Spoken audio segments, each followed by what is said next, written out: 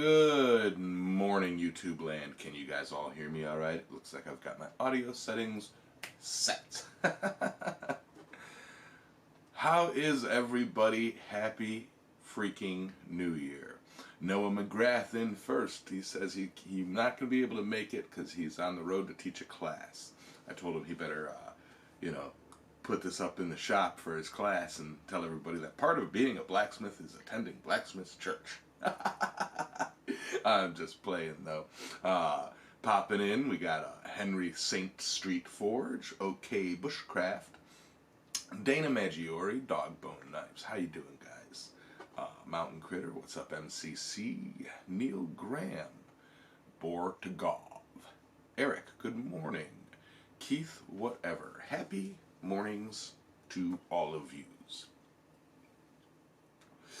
So, I do know that, because I opened my Skype at the start of my Sunday, just in case anybody would like to pop on, and I do see in my contacts list Mr. Troy from Bar Run Forge. I don't know if he's trying to queue up to hop in and chit-chat for a bit, or whatever. Hey, Dana, hey. Dwayne, good morning. Curtis, good morning to you. Yeah, I was going through my, all my, hold on, I gotta set this. Playlists, and, not playlists, all my old videos, and I went through like 500 videos, of live streams, and set them all to unlisted as opposed to private, and now I'm working on trying to get all of those, to make sure that they're in the playlist for live shows, because I was talking last night that they would be available for reference, you know, because I think on my channel it says I've got like some 200 videos, but I know that I've done, you know, like 800 if you include the live streams. So, you know, there's that. Good morning, James Jones. How you doing over there in Montana? Eve Maggiore in the house? Did I see morning Eve? Eve says hello. Hello, Eve. How you doing?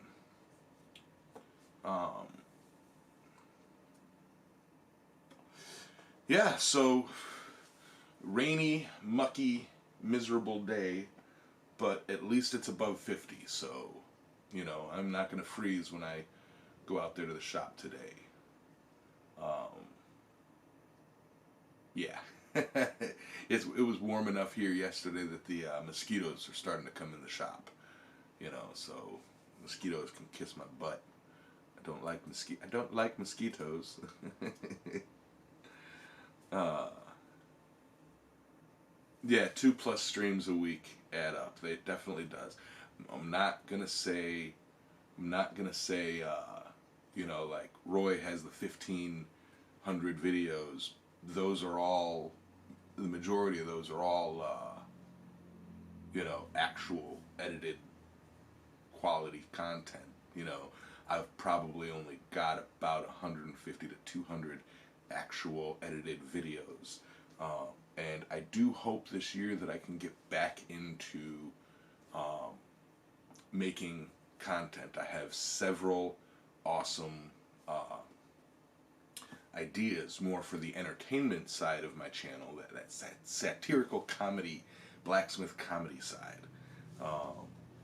So, you know, here's hoping that I can get to that. I do have a green screen that was sent to me by one Mr. Chris Ballard, and you know, I've yet to have a place to set it up yet. So, good morning, Mr. Huff. How you doing, brother? Just letting people kind of filter in. Seems to be a slow start to the morning this morning. But, Bill Corey, how you doing, how you doing, how you doing?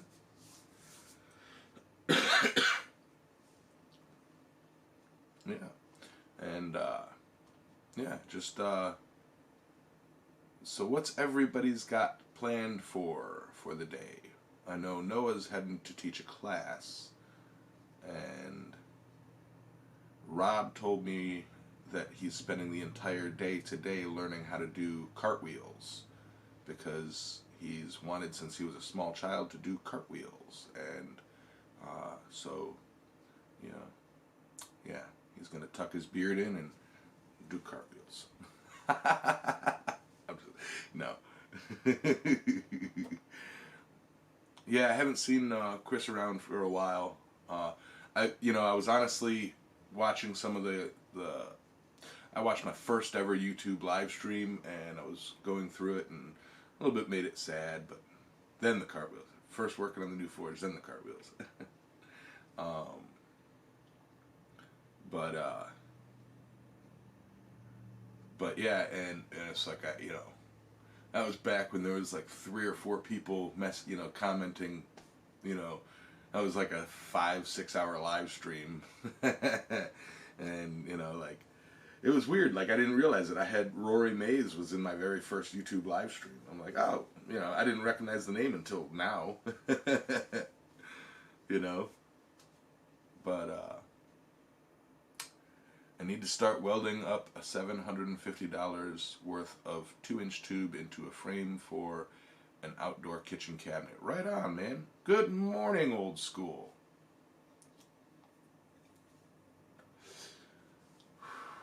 Morning, James. How you doing? Smoosh that like button, guys. Tell your friends that I'm alive. But yes, yeah, it's just kind of neat to go back and see, several of the people that were there for the first few shows are still here today, and sadly, several of the people that were there for the first few shows, no longer, on the channel, or at least don't attend the shows. Good morning, Bobby. But yeah,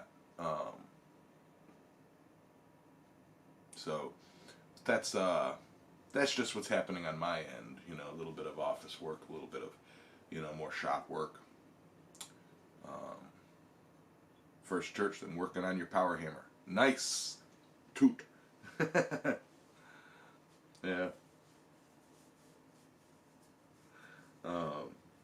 Sometimes I get that mindset of like, I don't know why people watch me, because it's like I'm not that great of the smith in any sense. Roy was ranting, going on about during his last live stream. On the first, he was talking about so many people missing out on the fundamentals. They jump into projects instead of practicing, and I am 100% guilty of that. 100% guilty of that. Back of my mind, if I don't have an end goal for a piece of steel, then I'm just wasting material. But he brought it up. It's like, you're not. You're not wasting it if you're learning something. So yeah. So it's like, I definitely. That's why yesterday's live stream of the Power Hammer was more practicing drawing out and rounding with it than much anything else. That they turned into projects is irrelevant. But I definitely need to take some like flat stock and practice tapering flat stock, and isolating different areas and all of that fun stuff. And really recommend that other people don't fall into the trap that I did of jumping into projects. Exactly, Neil. Good morning, Curtis Lee. Second Curtis in the show today. If you butcher a project because you don't know what you're doing, you're wasting material. Absolutely, Rob. Absolutely. In addition to that, if you aren't, proficient with a technique and you're making a project, you fall into that, it's as good as I can do, so it's good enough for this project. And if your end goal is to have all of your projects be, good, and you want to be a great smith, and you want your projects to reflect that, they will get better, with that. So, yeah, that it is important to work on fundamentals. And what Roy said, man, I wish I'd have thought early and got him in the show today to talk about it, because that's such an important topic. Anybody who wants to jump in via Skype and chit chat about just that, and examples of that would be, is welcome to. Good morning, easy to tips. Happy New Year's, everybody. Is Yamez here to told me about this and a meeting? It's Yamez, not James. We have enough Jameses in the blacksmith community. Or is you James? Is your name James? Hi, yeah. Wiley, good morning. Yeah, absolutely. That was one of Roy's points on, was it Friday? For me, I feel it was, yeah, it was Friday. I've been on vacation, so my time frame is all screwed up. I go to work. I go back to work tomorrow, and we're hitting the ground running. Later, Dana. You also tend to spend more time chasing errors. Exactly.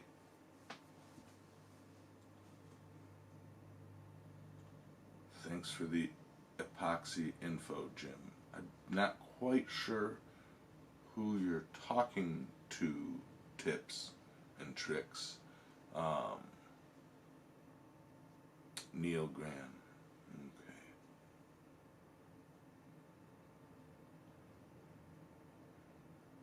That was a voice-activated screw-up. Sprinkled Donut Forge told me about this. Okay, so that's James. That James is who you're talking to, or talking about.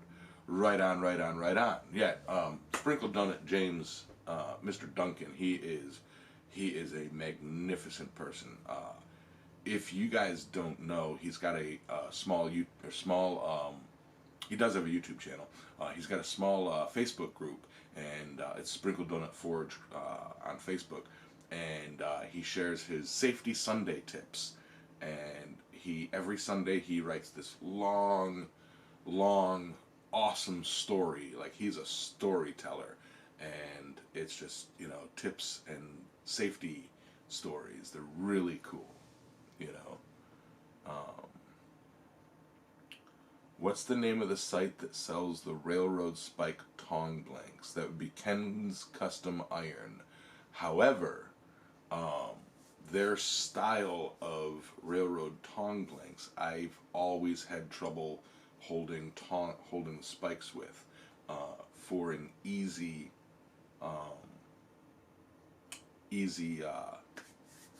tong, take some nippers, like an easy non-forged tong, take some nippers, like horse hoof nippers, and weld a couple pieces of chain link on it to grip it, kind of like the, yeah.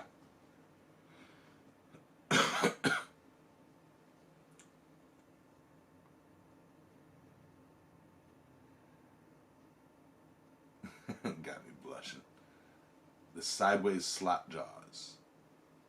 Oh, I don't know of anybody that sells those style blanks.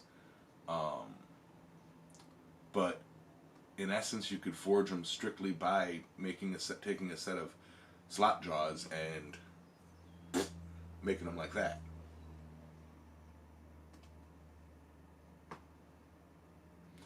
Eric, that's actually kind of you can work on the fundamentals without eating materials, just turn them into a project. That the point of what Roy was getting at, and kind of what I'm getting at, is, yeah, say for example, the fundamental of tapering flat stock into a point, for a knife or other projects. His point was take the bar, taper it down, cut it off, taper it down, cut it off, taper it down, cut it off. I suppose you could then take those cut off tapers and use them in a project, sure. But the point of exercising fundamentals was more along the lines of, not having back of your mind project in mind, you know.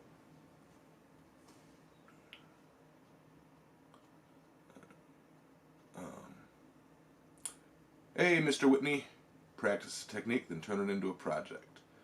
Yeah. Robert Robinette makes his blanks. He doesn't get them, he makes them.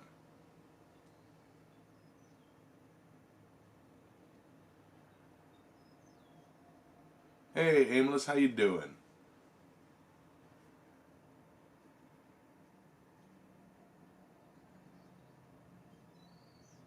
Then brand them into a hook.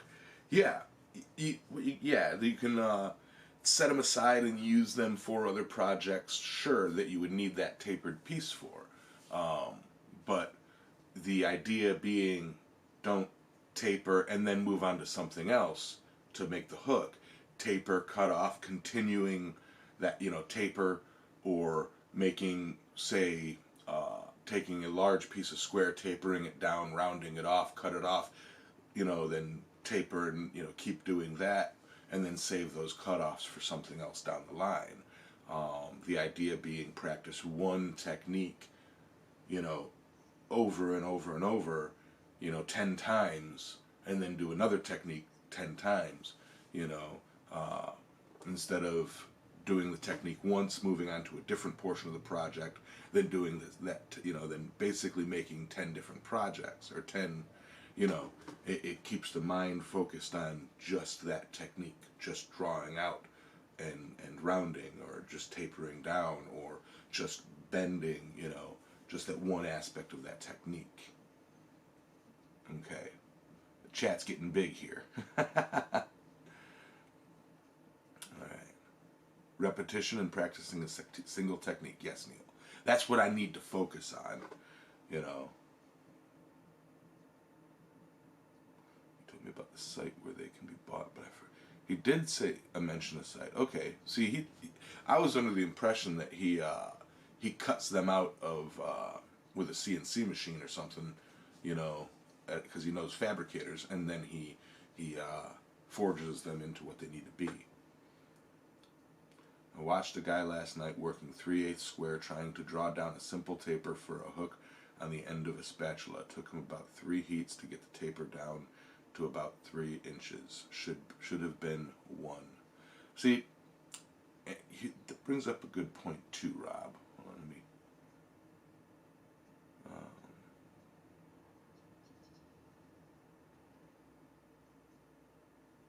Hey, Paul.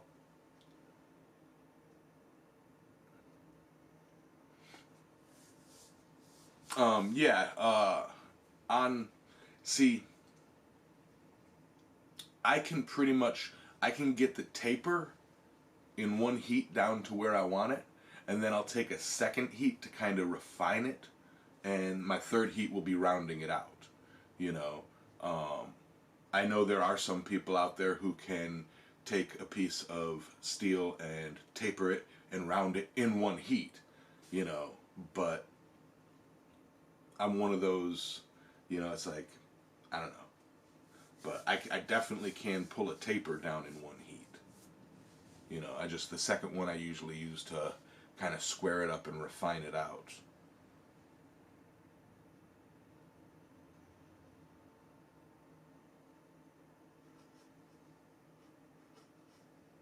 Hey Steve, how you doing, man?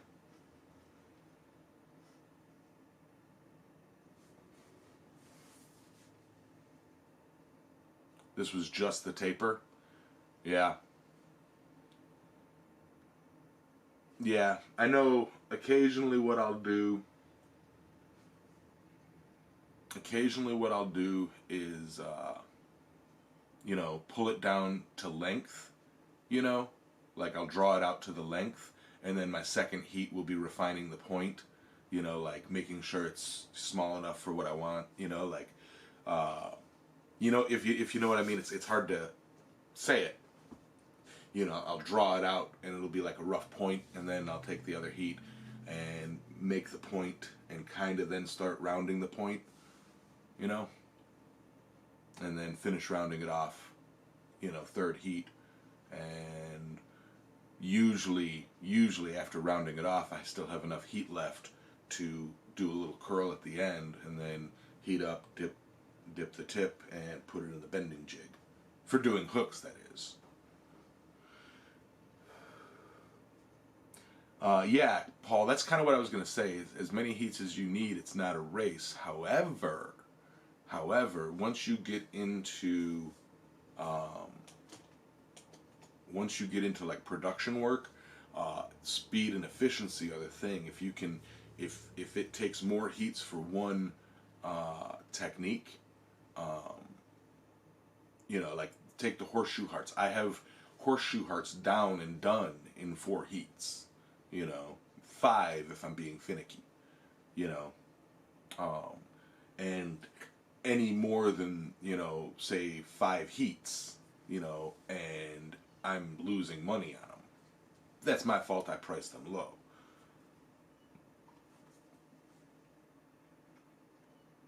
Ooh. Heartburn. Yes, exactly. And speed comes with skill level. All of that comes with skill level. You know, out the gate, you know, don't expect to be throwing down, you know, single heat leafs and stuff. You know, all that efficiency comes with practice and practice and skill and knowledge that, you know, like, okay, you know exactly what you need to hit, and you have the muscle memory and the technique down pat to where you go boom, boom, boom, boom, leaf. Morning, Bryson.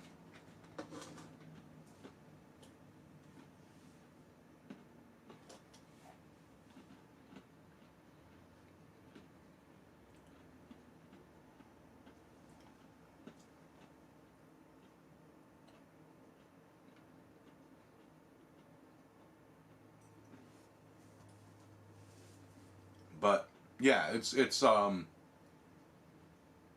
there's definitely no shame in taking more heats than somebody else. But Rob, Rob and Bill, I do absolutely get your point. Watching, you know, watching somebody, like, I'm sure that there have been things that I've done that it's like, man, you've been doing this for 3 years, you should know how to do that like that, you know, and that's kind of my point of, I did skip a lot of the fundamental steps in learning and jumped right into projects. I want to make a project. I want to, you know, I want to make this. I want to make that, you know, and missed all those, you know, learning steps. It's not so much how many heats or speed, it's getting back to work on the fundamentals. If it takes you 3 heats to taper a 3/8 square down to a 3/8 taper, you really need, yes, absolutely. That's kind of the point, you know.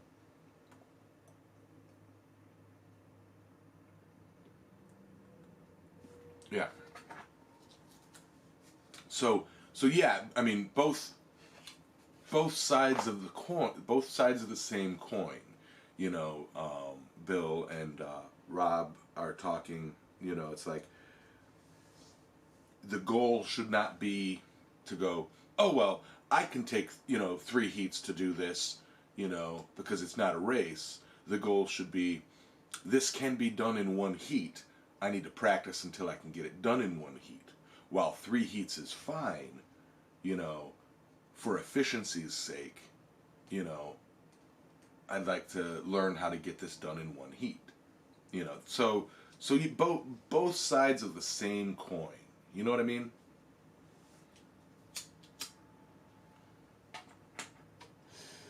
You got to charge for abrasives, time, materials, and posters, and what's left is all you made for the item. Yep. Where are my Australians at? I know Paul Fontanini is here, and I believe Wiley's Australian. but Valhalla and Sam are usually here, and Adam. I was just saying. Where are my Australians at? Yeah, Sam. I was talking last night and last week. We've got a.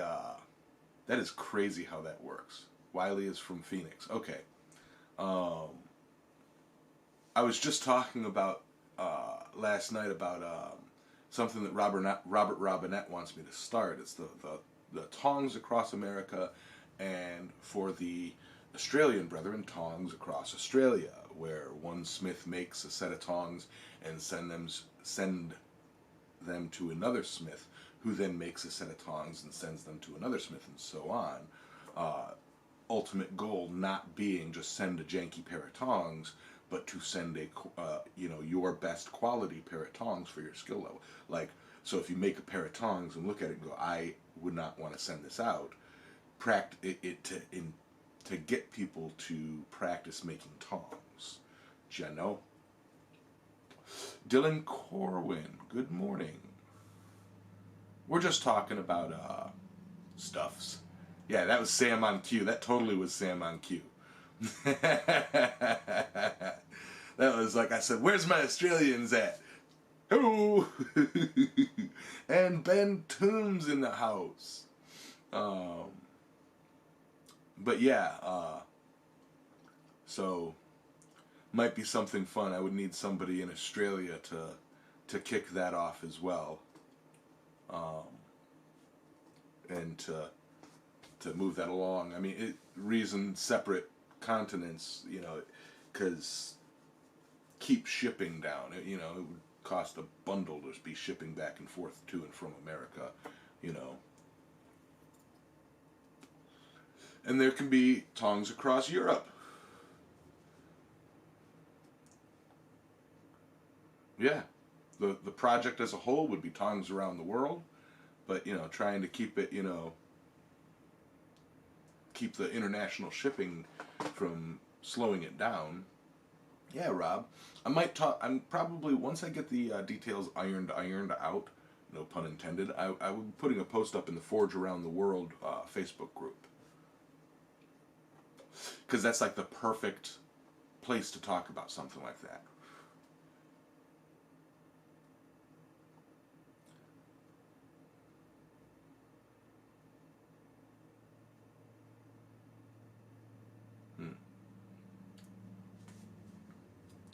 Yeah, that's funny stuff right there. Alright.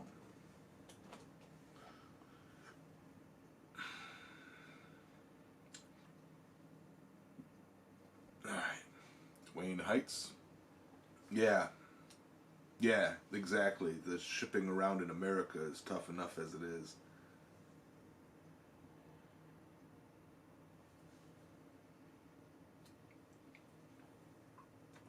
Uh-oh. You ready for a pating? Yeah, the Blacksmith Family Tree Leaf, I still need to do that myself. For sure.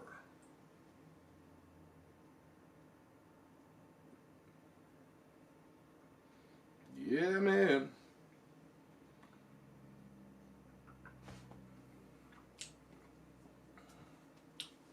Yeah, let me,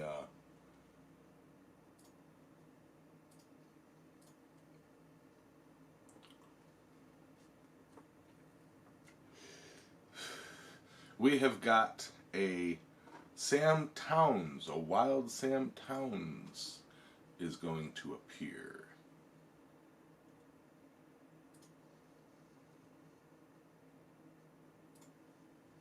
Make sure I've got it all set up.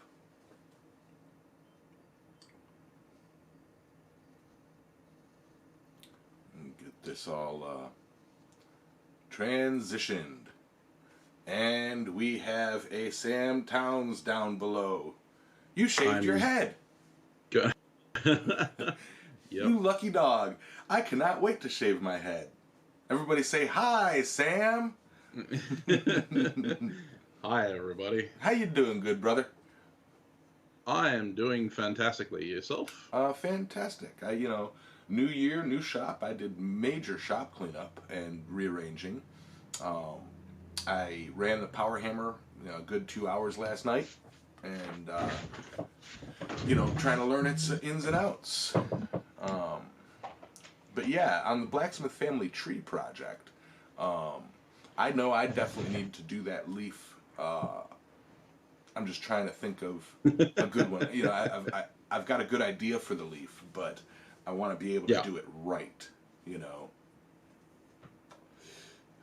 Yeah, I mean, I kind of was already planning to do something similar to what I ended up doing for the Blacksmith family tree, but yeah, it ended up getting a little bit more involved than I even thought it was gonna. Right. Well, see, my thought would be is to do a palm frond, and to keep it small. The easy way would be to take a small piece of angle iron and chisel cut it to make it look like a palm frond, or bandsaw cut it, or whatever to make it look like a palm frond. Yeah. But like, part of me really wants to get intricate with it, and say take some welding rod, some like 1/8 inch welding rod, and make several loops, and make the fronds out of that, and then forge weld them all along it, and then like actually forge them out, and make it like super realistic looking. However, that is so daunting. Yeah. I mean, for me, the Blacksmith family leaf was like, it was an opportunity for me to try some things I hadn't done before. I basically took it on as a challenge. Instead of going like, I know what I can do, so I'm just going to make what I'm comfortable with. I decided to kind of go out of the box and decided to take a leap into something I'd never done before. I'd never forged copper, for instance. Sure. So, and I had that bar of 20 mil or 25 mil inch copper. And I was like, well, that's big enough. And I also wanted to do inlay, and I've been itching to do some Honzogan, which is the true inlay that I did with that moth. It came out great. Yeah, it did. I've actually got it sitting here in front of me.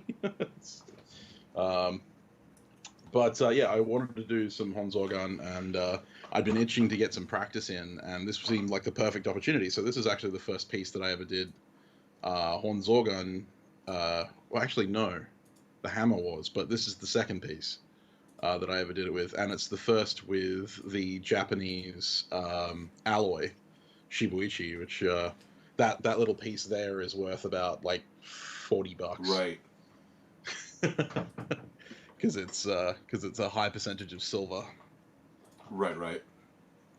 So it's pretty cool little. It was a pretty cool little test of my skill.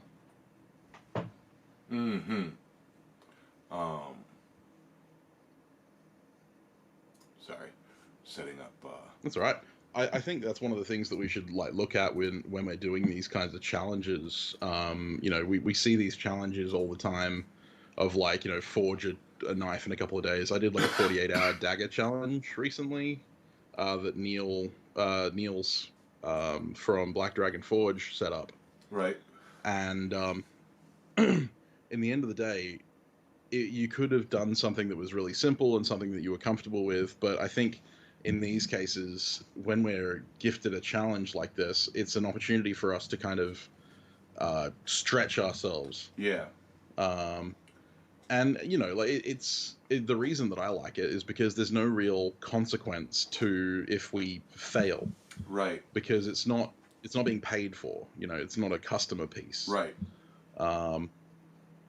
So there's not that kind of pressure to perform perfectly, but at the same time, you can use it as an opportunity to show what you're capable of and to test yourself and expand your horizons. Yeah.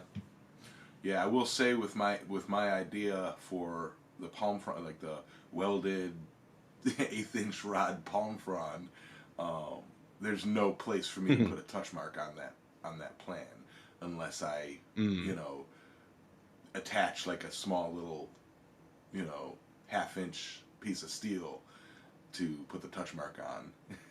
So, like Yeah. that's kind of what's holding me up. I have the idea in my head, but how to implement it artistically. Let's see. Yeah. Donut bonked his leaf and made it simple, and then now he's seeing all the awesome ones like yours and Torbjorn. Yeah. So, Yeah. Torbjorn's ginkgo was amazing. I really loved that project. yeah. Oh yeah. It was he's got that. I think a lot of what made it was, how realistic it came out. He went to his greenhouse and pulled a leaf and then set it down and basically copied that leaf from, organic to steel. Yeah. Yeah. I mean, I have never been a leaf forging guy. Like I'm really terrible at forging leaves. Same. Uh, my leaf kind of looks more like a strawberry. I went with a vague leaf shape because I knew that I was never going to be able to make a leaf that looked anywhere near realistic. But with all of the added, copper and all that kind of stuff, I can distract people from how crap the leaf is. Right. Right. Uh, Yeah. I'm not a leaf guy myself. I should be. I have to get on them because it's there's such a simple that goes back to that fundamentals. Forging a leaf from a piece of bar stock has. Good morning, Stefan. Good morning, Mr. Pekka. Hello, Stefan. Forging a leaf from bar stock covers so many fundamental techniques. You know, Oh yeah, isolating, yeah. I mean, tapering, I even spreading. You know. yeah, I even teach leaf making in my classes. Mm-hmm, mm-hmm. So it's funny because you like I make a leaf every time I do a class, but I'm still not happy with how they come out. So Right, right.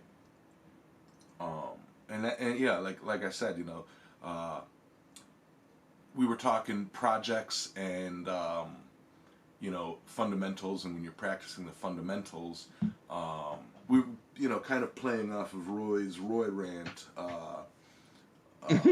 from his New Year's live stream, the all of that, and he was going into somebody had asked him about Forged in Fire, and he's like, if you get the fundamentals of forging down,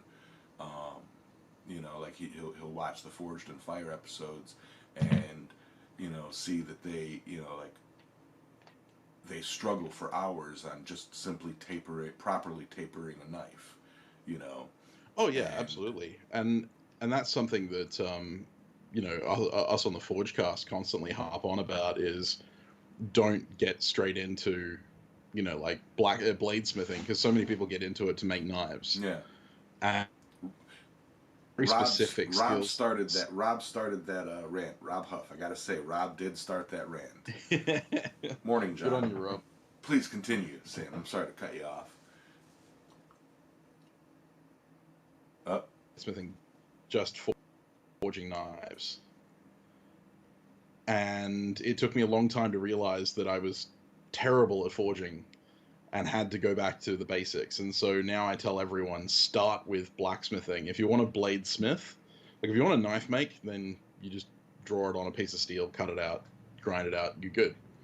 But if you're going to do forging, then you need to learn how to forge an actual, an actual piece. You need to forge stuff out of big stuff. Do tapers, do set downs, do all that kind of thing to get a good forging skill set up before you can start forging knives. And I mean, ever since doing more architectural blacksmithing and stuff like that, and making tools and tongs and all that kind of thing, I've actually become much better bladesmith. Right. So it's one of those Right. things. I'm an admin in the Learning to Forge Facebook group, and it is over 30,000 members strong now. It's fast growing and fast becoming one of the largest blacksmithing based Facebook groups out there, and Yep. it is mostly people wanting to do blades, to the point where when somebody asks a question about a steel, you almost no longer have to ask, oh well, what's your purpose for that steel? You know, it's, you know, like, Yeah. blades, duh, what do you think we're here for? And, you know, like, so it's a constant battle would be the wrong word, but, you know, constantly answering the same questions and going, you know, if you're having trouble with this, focus on that. Well, that doesn't help me with blades. Yes, it does. Yes, it Yeah. does. You know, absolutely, yes, it does. Yeah, and I mean, a lot of us get into things like I got into bladesmithing and I said I was never going to be a blacksmith. I was never going to make hammers, you know, like I was never going to do that. Like I always said that. And then someone asked me if I could make a hammer, so I did. And then I loved it and I ended up making loads of hammers, and now hammers is kind of something that I do. I used to say that I'll never make scissors, and Yeah. then one day I decided, made a set of scissors, and now I make dozens of sets of scissors. It's really interesting that people like refuse to go, oh, you know, like, oh, I'm a bladesmith, I don't want to forge a set of tongs, I'll buy them. Right. My advice is just don't, just make a set of tongs. Yeah. And the first couple of sets will suck, and it's going to be a lot of work, and it's going to really suck, and you're going to hate it. And then you'll get into a rhythm, and you'll actually start liking it because you'll be able to make tools that can work for you. And knowing that you can, when you run into an issue, you can make a tool to fix that. And nutcrackers, as Wayne says. Yeah. It's one of those things where you just have to learn the basics and learn how to do things the hard way, and then you end up, a lot of the time, you end up using those skills down the road. Rob brings up a good point concerning Facebook groups. He goes, man, I still consider myself a noob, but some of those new guy questions grind on me a bit. I see how those old guys get so cranky. My response to anybody in the blacksmithing community, new, older, or master, or whatever, especially the Facebook blacksmithing communities, if you're in a group that is dedicated to teaching the craft and introducing new blacksmiths to the craft, you are without a doubt going to get the same exact question repeated, sometimes 10 times a day. And you know, my response to all those who are getting cranky about answering or re-answering and overemphasizing and restating and constantly saying the same things over and over, it's part of what that teaching is, you know, especially when you have a group that, you know, I accept on average 60 to 70 new members to that group a day, you know, so it's like almost really old. So it's like, you know, I have like, I should have it copy pasted on a notepad or something in my phone. It's a learning group. You're gonna repeat the same answers. You're gonna get the same, you know, everybody thinks that they're, you know, clever response to what type of steel, the one that gets the job done, or whatever clever comedy response that they add. You know what? It's like, I've seen it all. I've seen every answer. I've seen every argument. I've seen every rant from people that have been in the group for years. You know, like, oh, well, you know, either it's a rant on all these newbies not using the search bar to search to see if that question's been answered, or you know, oh, the argument between stock removal and forging for blades, and it's like, oh, or the argument on learning to forge, is this learning to forge or learning to bladesmith? It's like, you know, all these arguments are not new in a group like that, you know. No, not at all. I see that in all of the groups that I'm in. Exactly, Rob. You just ignore them and cope. Yeah, that's it. I mean, being in the spotlight a little bit, like, you know, putting myself on YouTube and stuff like that, and as my following has grown, I've found that I get a lot of those questions. You know, I get DMs from Instagram and Facebook and all that kind of stuff. People asking me, you know, relatively inane questions. Yeah.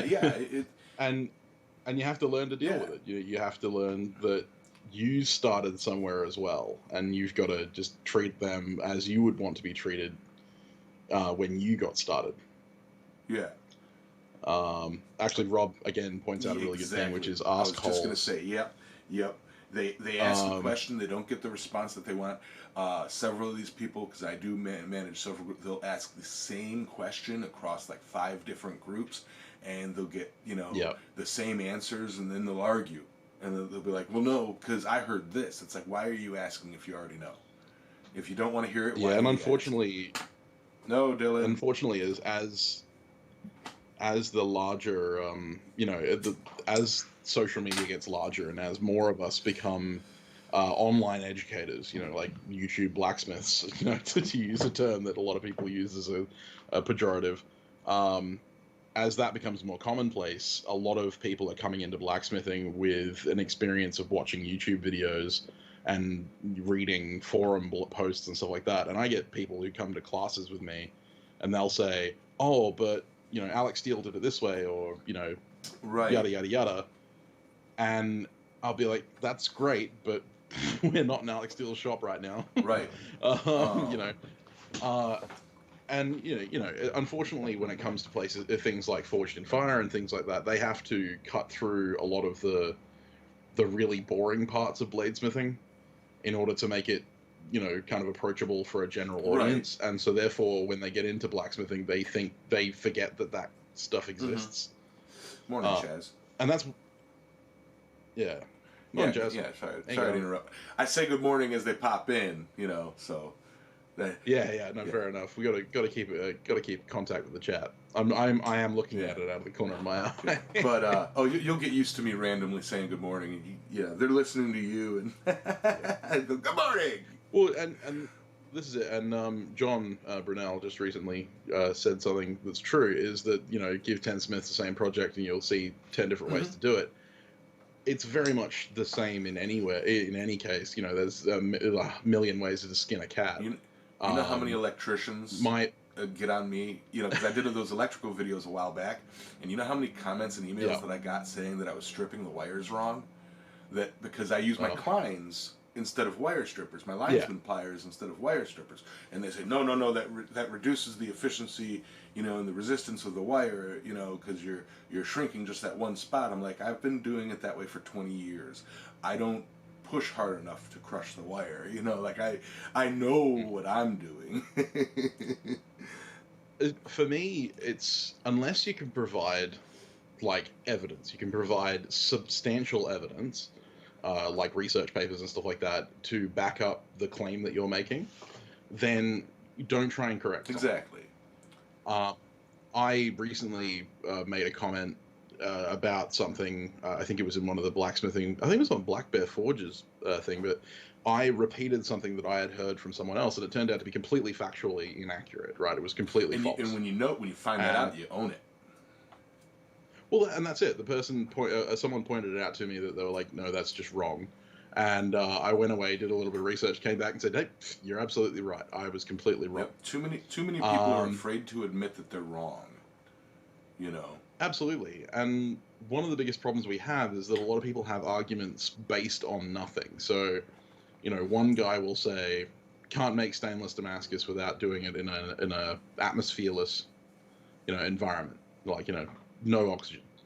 And someone will say, "Oh, yes, you can," and they'll argue back and forth, but neither of them will provide any substantive evidence. Or neither have done it. One way, with exactly, or without. And they're just going off of what information they've gleaned. Yeah, they'll say, I saw it in this video or I saw it in that video or whatever, and they'll argue back and forth like that for hours, rather than actually being able to point to something and say, okay, here's why. And unfortunately, that kind of gets annoying. If I may jump in on that exact thing, that is why I love it. First off, I want to say hello to Gordon Farmer and to Chris Schaefer. How you guys doing, brothers? But my favorite is when people are talking about Damascus or forge welding in the groups, and they go, "Oh, you have to have perfectly clean steel, and you have to, you have to this, and you have to that, and you have to flux it here, and you got to do," and I go, and all I do, I don't say anything. I just pull up a couple of Big Dogs videos, and a couple of Joey Vandersteeg's videos, and say, "Nope, And I put the links down, and they, like, some of them don't even watch it because, they assume it's just rusty Damascus. They assume it's just going to fail, and it's like, nope, watch it. Yeah. I have tested it myself with cable. Mm-hmm. I took Yep. because everybody says, no, you have to, clean cable, you have to soak it in kerosene, or you have to soak it in acetone, or this, that, for 24 hours, blah, blah, blah, before you can even attempt to.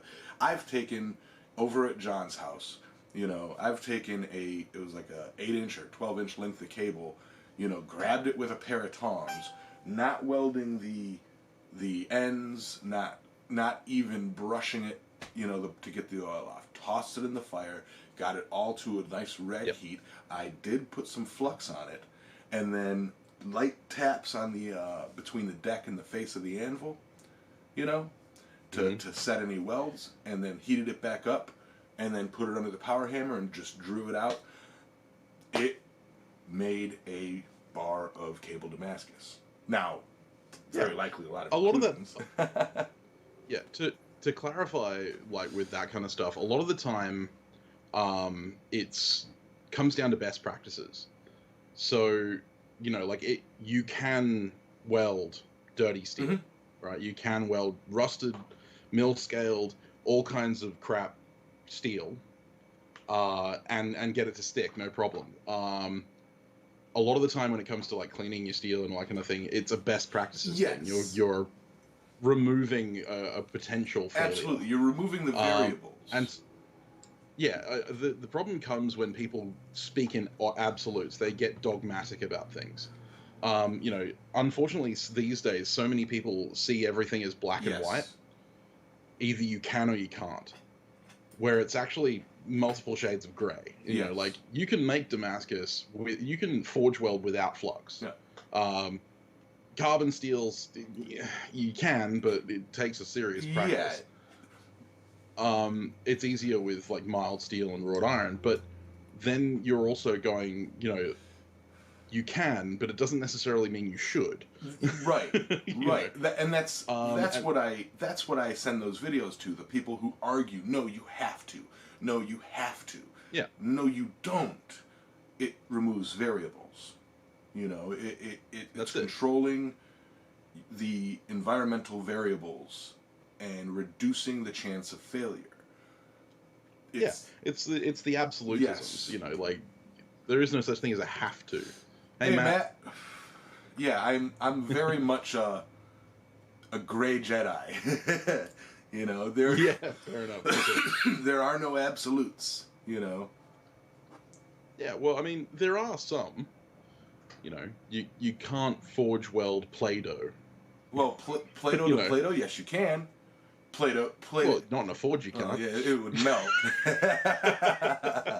Yeah, that's not more than forge welding. It'll mesh together, but you put it in a forge, and you just end up with a fire. Yeah. But like there's certain like absolutes, but majority of the time when you're talking about technique, it's shades of gray. It's there are definitely ways to improve your chances of success. For instance, like doing a canister around a billet of Damascus. If you want to do fluxless welding, cleaning your steel completely, getting it all perfectly flat, and then sealing it in a canister is a good way to ensure that the weld is going to go off. But you don't have to do that. That's just one way to get rid of certain elements that could potentially hurt you in the long run. Right. It's like welding the ends on the cable, like you were saying. You don't necessarily have to, but if you don't, you open yourself up to the chance that it's going to, unwind itself during forging. I would argue that not forge welding or only welding one end to keep it as there. Because as you forge it around in that spiral, all that metal moves, and what you end up with is a sacrificial end that doesn't, because it all bunches up at the end there, in my experience. So my thoughts when I took that piece not to forge weld the ends was to get it to, where it would start to fray at the end there, and bunch up against the weld and create like a little bubble. Yep. Would be to prevent that. And it did. It actually did. Where I didn't get the weld correct was because the fire pot wasn't so big, I couldn't get the whole thing heated at once. Right. The end closer to where I was holding it with the tongs didn't really get, because it was sticking out of the fire a bit. So it's like that, I basically started where it was hot, and the end I was holding was going to be the sacrificial end. Hold on, I saw somebody tag me. Sorry.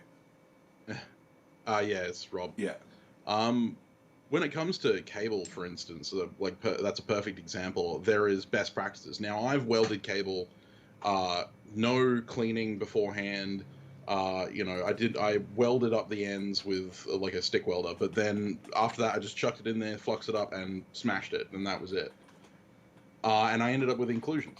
No matter what I did, I couldn't get rid of inclusions. Then I've welded stuff where I've heated it up, twisted it out a little bit, soaked it in petrol for, a day, and then I've, closed it back up, fluxed the hell out of it, and then twisted it as tight as I possibly can to try and get rid of all of the air pockets and stuff like that, and then forge welded it, and I've ended up with a much cleaner bar. Right. Just because I've done both and both were successful doesn't mean that one's not better than the other. I think that's what Rob is getting at. He said he watched a video Bill Corey posted, and they welded a bar on each end of the cable, and that would probably help with twisting it, cleaner twisting rather than taking a pipe wrench to it, and as you heat it, you twist it up. I was more trying for that experiment of, unwelded, just fresh out of the fire. It definitely wasn't easy. Hey, Tim's Tim. here. Hey, Tim. We were just mentioning you. And petrol, Rob, is what we call petroleum, which is what, normal people call petroleum. Petrol. Gasoline. Nah, petrol. Rounding hammer. Turning hammer. Mile. What? Mile. A mile. Inch. A mile is what, like 1.6 kilometers? Ounce. Less than half of a kilo. The community, and it's those little measurement conversion barriers from being in a global community, and the turn of phrases in the global community are there. That's what I love about this community is I have a fair amount of Australian Smiths that watch and tune into the shows all the time, so it's awesome to. I actually read I call it an article, sure, written by Douglas Adams on Australia, and I freaking love it. It was. I'm like, yep. All Australians carry a stick to fish around the underside of the toilet, to stick in their boots, to Yep, totally. If you live on a farm, you do. But always tap your boots out in the morning. I have a question. I have a Wilton vise. Should I remove my skid grip steel plates? If so, what do I use in place of it? Mine has the lip for them. Okay. So he's got like the checker marks. Yeah. One plates. thing I could see you doing would be to get some copper plate and make yourself some plate inserts and put them in there. Yeah, soft jaws. Because if you have a grip plate, the skid grip steel plates, when you need them, you want them. So if you were to... Yeah, no, I wouldn't take them off. I wouldn't take them off. I wouldn't grind them. I wouldn't weld anything on them. You leave them and then put something... 2 pieces of angle iron. Like on my post vise, if I need like a perfect flat grip, I have 2 pieces of angle iron that I slip in there, and it's that perfect flat 90, and and that helps. I've got soft jaw plates for one of my vices. Actually, I've only got one. I'm missing the other piece, but so definitely the easiest thing to do would be, just have some inserts that you can use. Even wood inserts for if you're gripping something that's not hot, that you really need to grip it and crank down on it, Yeah. Question. Tim just said it's all a bunch of bull. If it works, it works. It doesn't, it doesn't. And I totally agree. What the point I was trying to make is that there are ways to improve your chances. You can make it work without, but there are ways to kind of hedge your bets. Yes. All right, yeah, people are answering that question as well. I got Easy is asking me, and I'll have to put a disclaimer here. At this point, question number 2: how do you set up the spring for the locking dog on the blade lock, or is this too in depth of a question at the moment? For the record, and I was going to mention this earlier because Sam down here was talking about inspirations and community and pushing others to try something they normally wouldn't. I am not a bladesmith.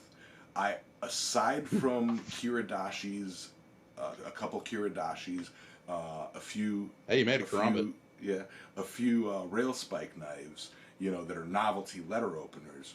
I have only actually forged and made one legitimate knife, and that.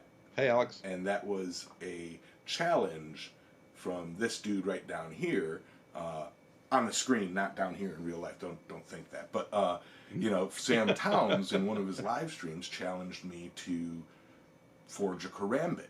Well, I went the extra mile and forged a billet of Damascus and drifted the hole. Had to do a one-up. I had to. I mean, for my first go at it, why not? And forged and grounded. There were plenty of problems with the forging and the Damascus all went smoothly. The drifting the hole made it look very beautiful. The shape and the feel of it was awesome. My only issue is I did an Appleseed grind on it. I didn't have a proper ricasso. I'm not a bladesmith. Right, I'm trying to catch up because I stopped the chat to read that. Okay, so. Yeah, Alex just dropped in. Alex Hanneman. Hey, Alex. Hanneman, yeah. And actually, in response to Easy's, or Ken, his question on the lock bar spring, there are a couple of different ways to do it. Alex from Valhalla Ironworks will have a video out soon on how he's going about it, because he's working on a lockback. And but yeah, there are a few ways to do it. Someone pointed out that you should probably just disassemble a really cheap lockback. Most lockbacks have similar things, so don't get a buck 110 unless it's a buck 110 that's broken. Get one of those, take it apart, see see whether or not there's see what kind of mechanism they're using, and maybe copy that. And I absolutely agree with Tim there. I don't like absolutes when there are so many possibilities in smithing. Yes, absolutely, yes. That's exactly what we were saying. I mean, that also harkens. No such thing as absolutes. That also harkens back to a previous live stream that you were in with me here. Both you, Sam, and Tim. It comes down to a difference. Technique versus technicality. Or technicals. Yeah. In the technicals, the temperature of forge welding, you can't get a sharp corner on a round thing. Like there are certain technicalities that need to be adhered to because of physics. Well, yeah, and I mean, but when it comes to heat treatment in bladesmithing, that is a science. Yeah. There isn't a kind of a scale upon which you can lean. When it comes to heat treatment, the heat treatment is a hard and fast metallurgical science. But that being said, you can achieve reasonable results without having, all of the equipment that you need to get it metallurgically perfect. Right. So, again, that's one of those things where can you make it work without the tooling that you need? Yes. Will it be absolutely metallurgically perfect? Probably not. Right. Like, you might get lucky, but probably not. Yeah, and that's going with the modern steels. Well, but like the thing is that Alex from Valhalla Ironworks has had an argument about this a few times because he's had people going at him about his about his steel grain structure from a photo that he put up ages ago. But he basically just said, well, I can do everything I want to do with the blade. I can do everything I need to do. And then, it doesn't really matter if the grain is perfect if the blade does everything I need it to do. And I completely agree. Right. The only reason you want perfect grain structure and stuff like that is if someone's going to snap the blade in half to check. Yeah. But Boar has asked me a question. Do you sandmine the cable? I find welded cable a bit soft. Yes, if you want a reasonably workable edge, then yeah. If it's not going to get hard enough out of just the cable, sandmining it's a trick. I actually have a blade sitting just over there that's sandmined cable Damascus with a 52-100 core. It all depends on what kind of edge retention you're looking at. If you're making a letter opener, you don't need specifically good edge retention. But if you're making kitchen cutlery, then you want something that's going to hold up to a lot of cutting. Yeah. And somebody mentioned me killing tomatoes with my karambit. The karambit actually resides. Jeff Kren won that karambit in a raffle. That was actually a prize for the raffle for the Operation Seth. So yeah, nice. Jeff Kren won that. But cool. But yeah, honestly, yeah, Big Dog Forge. You can if you're good. I'm assuming he's talking about forging a sharp corner from a round. Either that or getting decent heat treating results without, That's true. Yeah, heat treating of them. That's such a blanket statement. Like, yes, you can. If you're good, you can do it. If you're good, you can do whatever. Yeah, absolutely. You can take and take a potato and turn it into a perfectly heat treated kitchen knife if you're good enough. Yeah, I mean, one of the arguments that I've waded into a few times has been the scrap steel versus known steel argument, which we see everywhere in the bladesmithing community. Okay. And it's one that Alex and I actually collaborated along with Kyle Royer, Niels Vandenberg. Last Christmas. And Jay Nielsen, yeah. We all collaborated on that, talking about how scrap steel is usable, and actually in response to the idea that it isn't, I made my Journeyman Smith test knife out of it. Sure. Out of leaf spring. So, there are a lot of people who will say absolutely never use, found steel. Right. And that's just completely false. There is a reason that known steel is better than, unknown steel for heat treatment purposes. Mm-hmm. But otherwise, you can make a really good tool out of something that you don't know exactly what it is. Right. I just realized the smoosh the like button's been on this whole time. It's been flashing every now and again. At least everyone knows who I am because my name's on my forehead. And on the side. And on the side. Everyone knows exactly who it is. It's like, Sam Town, Sam Town, Sam Town, Sam Town, Sunday, Sunday, Sunday. Well, that's it. And no one knows who you are because, your name's nowhere. Yeah, I'm the nameless one. Yeah, you're the island metal dude. But I know we don't have time for this topic because it is past 11. Welcome back, Dana. Yes, welcome back, Dana. I would go into it in depth at some point. Maybe we can bring it up as a topic, and if you need me to explain more on, because again, I'm not a knife maker, so I don't really know much about it, about the heat treatment technicalities. Mm-hmm. But in speaking with some people, the discussion always comes up of thermocycling and in out 3 times. and how, you know, you don't need to do that. That's a relatively new technique, and that if you properly stress relieve your blade after forging it, it, you know, you achieve the same results. Like the person that I discussed this with, he has got Hmm. a um, a metallurgist friend who, you know, like, you know, Okay. Yep. like who deals with like minute measurements of, and I don't even know the terminology because I'm not a metallurgist, but like the minute Yeah. differences in stress factors, and, you know, like testing points and such for, you know, the molecular structure and grain of steel, and how if Yep. it's you know, some of the metallurgical, and you know, the metallurgical engineers handbooks and stuff, if I'm using the proper nomenclature, you know, an actual, maybe not engineers but whatever, the Yeah. textbooks that he learned from, not a single one of them mention thermocycling. It mentions stress relieving the steel, and the process Yeah. is And supposedly after forging, you heat it up and then you just let it cool down slowly all the way, and that's it. Like, you shouldn't need to do the 3 in 3 out thing.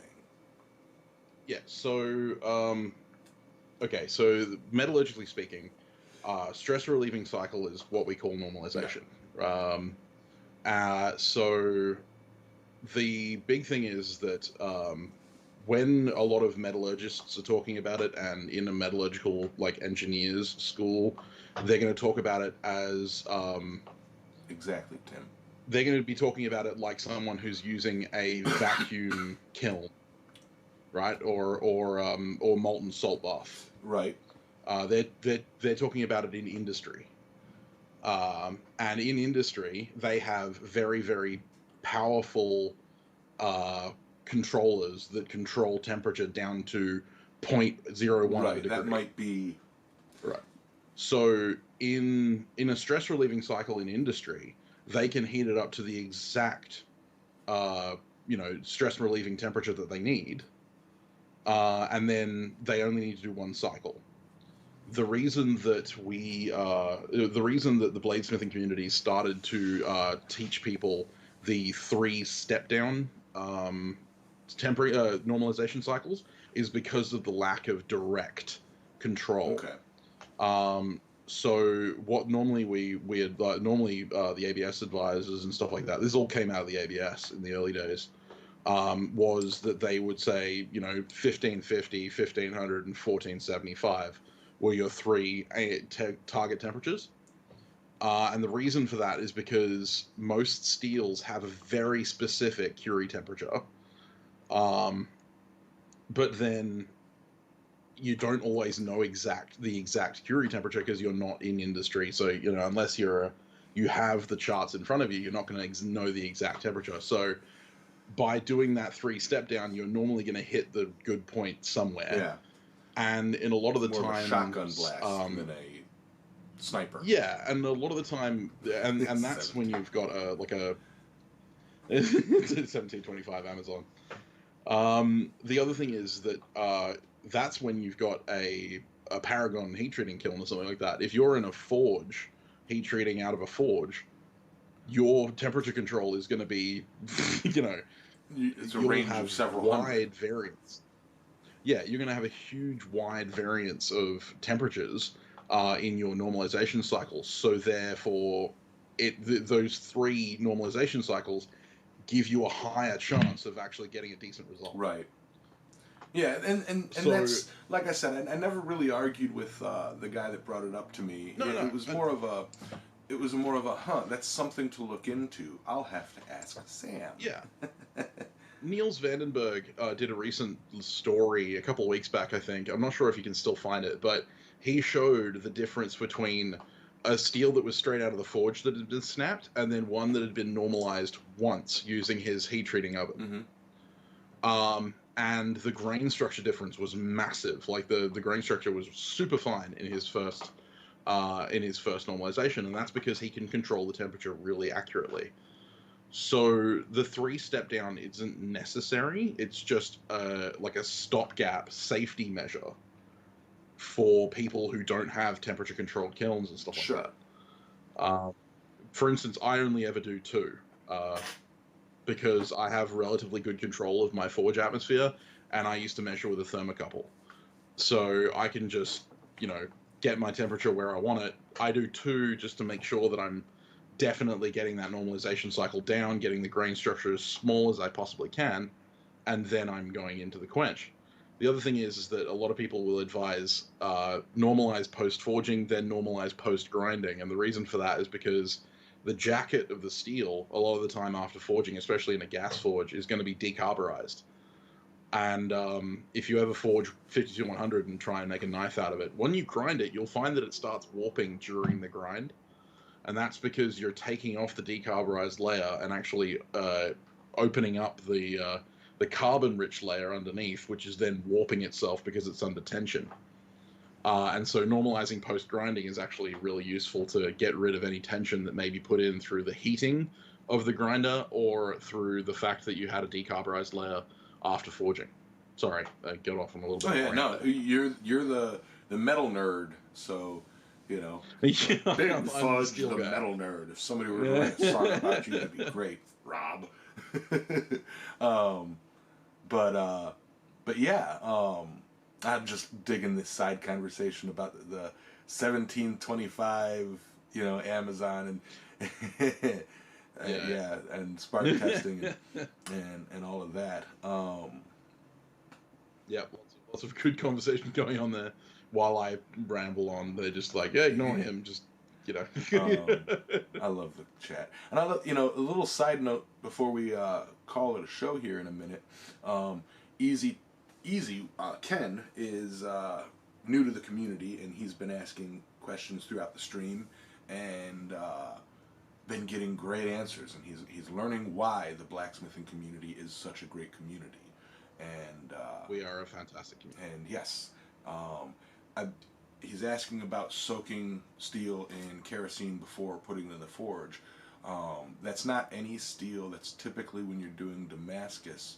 After you grind all the, clean all the pieces and weld it, stack and weld them together, you soak it in kerosene or camp fuel or even diesel.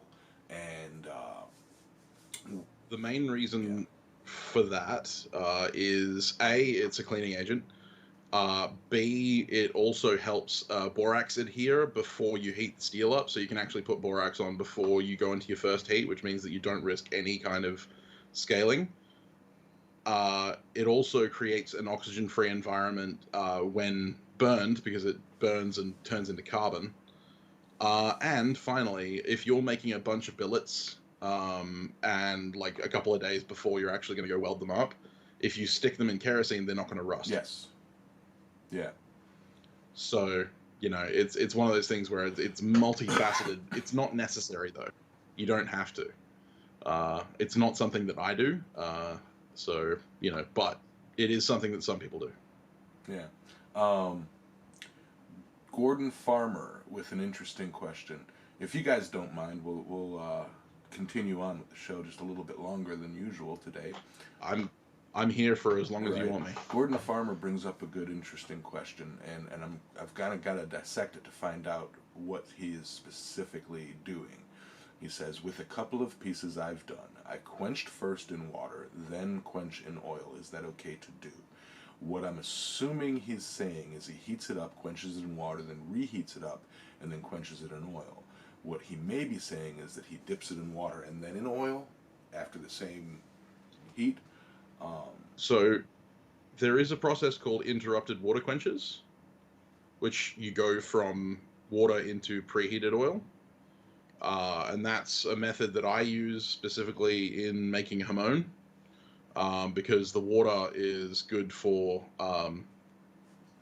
high-speed quenches, and so it helps with that hardening line along the hamon, but then the preheated oil means that you're going to end up with less stress in the blade, which means that you're less likely to crack it. Going from water to oil isn't a bad idea. Going from oil to water is a bad idea. Because what you're trying to do by going into the oil is to slow down the quench. Whereas if you go from oil to water, you're going to end up with with the quench being slow and then fast, and that's going to cause cracks. Right. Morning, Jim. So, morning, Jim. Oh yeah, thank you for shouting out the Forgecast. It's also on Spotify and I listen to Spotify, but it's for grabbing a quick link, it's easiest to grab y'all's Simplecast site. But basically go to whichever streaming site that you prefer and search Forgecast, and if it's on there, it'll come up. But I use use Spotify. I believe it's also on. I don't use iOS, but I believe it's on something for Android or Apple. It's on iTunes. Yeah, that's what it is. I don't know what iTunes was something that came out, and I'm like, why would you when iTunes first came out?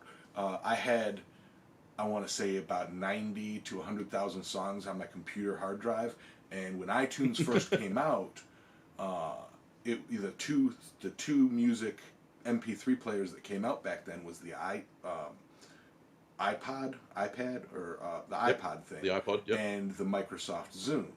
Well, back then, in order to have music on your iPod, you had to download them directly from the Apple Store, iTunes. You could not take from your computer and put it onto your iPod, at least a PC. Right.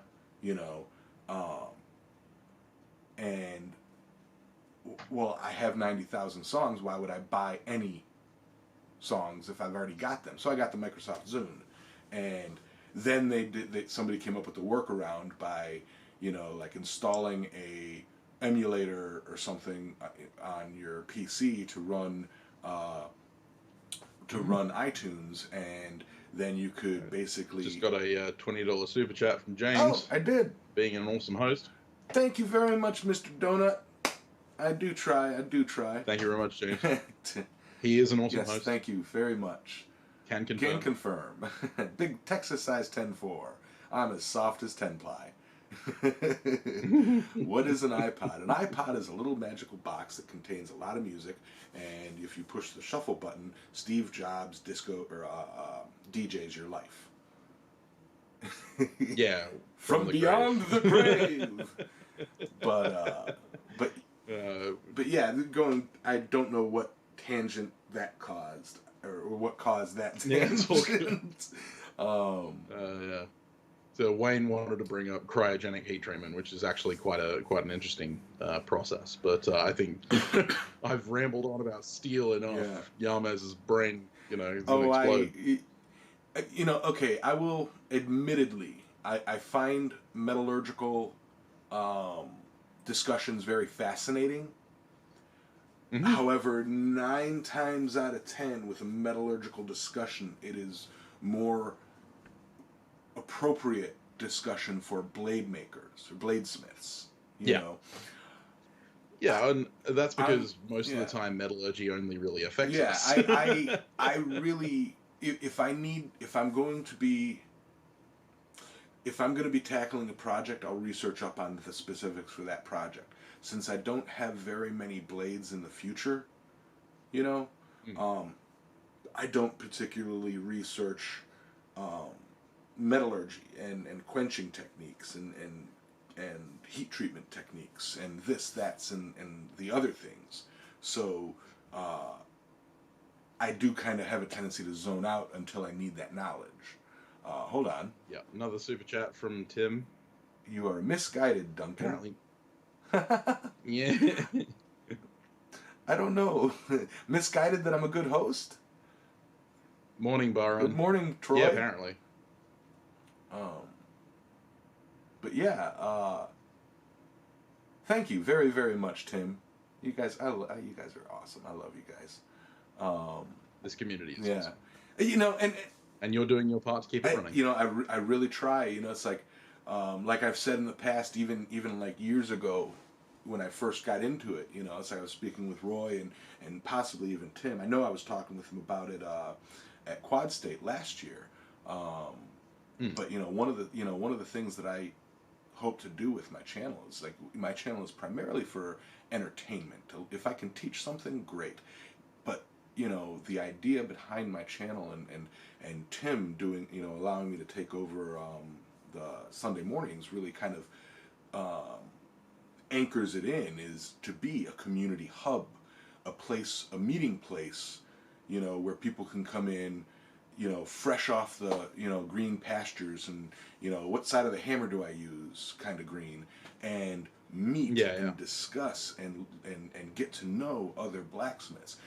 If I or the people in my chat or the people that I have as guests don't know an answer to a question, chances are they know where they can point that information, which is that's it. That's one of the great things. which is it's one of the main reasons why I am so gung ho and will fight tooth and nail for this community is because, I absolutely love it, and I love that, if I don't know the answer, you bet I know somebody who knows the answer and can get you in contact with that person, so That's it. I mean, this community has done so much for me in the last 3 years. I just realized that I'm coming up on my 3-year anniversary of being on YouTube. Yeah, me too.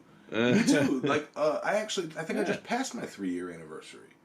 Yeah, mine's in 4 days. I could have sworn you've been on YouTube longer than me. No.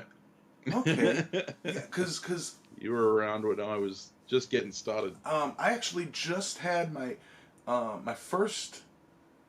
I just had it up. My first YouTube live stream came up in my memories, and it's on my and it was my first, because I had done Facebook live streams for months before that. But that was back before the 1,000 subscriber requirements. Just having some fun with it, and it's like it was about 3 years ago. It was I think in November or December of 2017. Yeah, right.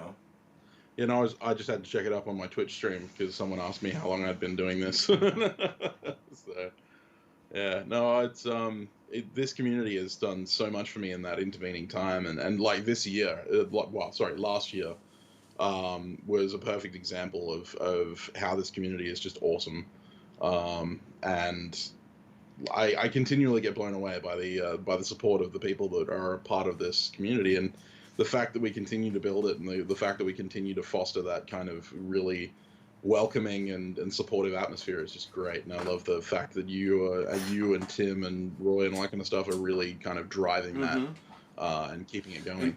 And you guys with the Forgecast, introducing, like, again, I'm not a blade maker, but I don't tune into every episode, mainly because when I was listening to what's easiest for me to listen to podcasts is long drives, or if I'm on a job and just drilling holes and pulling wire and don't have to pay attention, I toss it on. Yeah, it's a lot of people. But for the past nearly a year, we've pulled back from new construction and pulled back from long drives. It's been closer work, so I don't really have the time to or I can't listen to a podcast in the shop because I'll find myself like leaning up against the vise and not doing any work listening.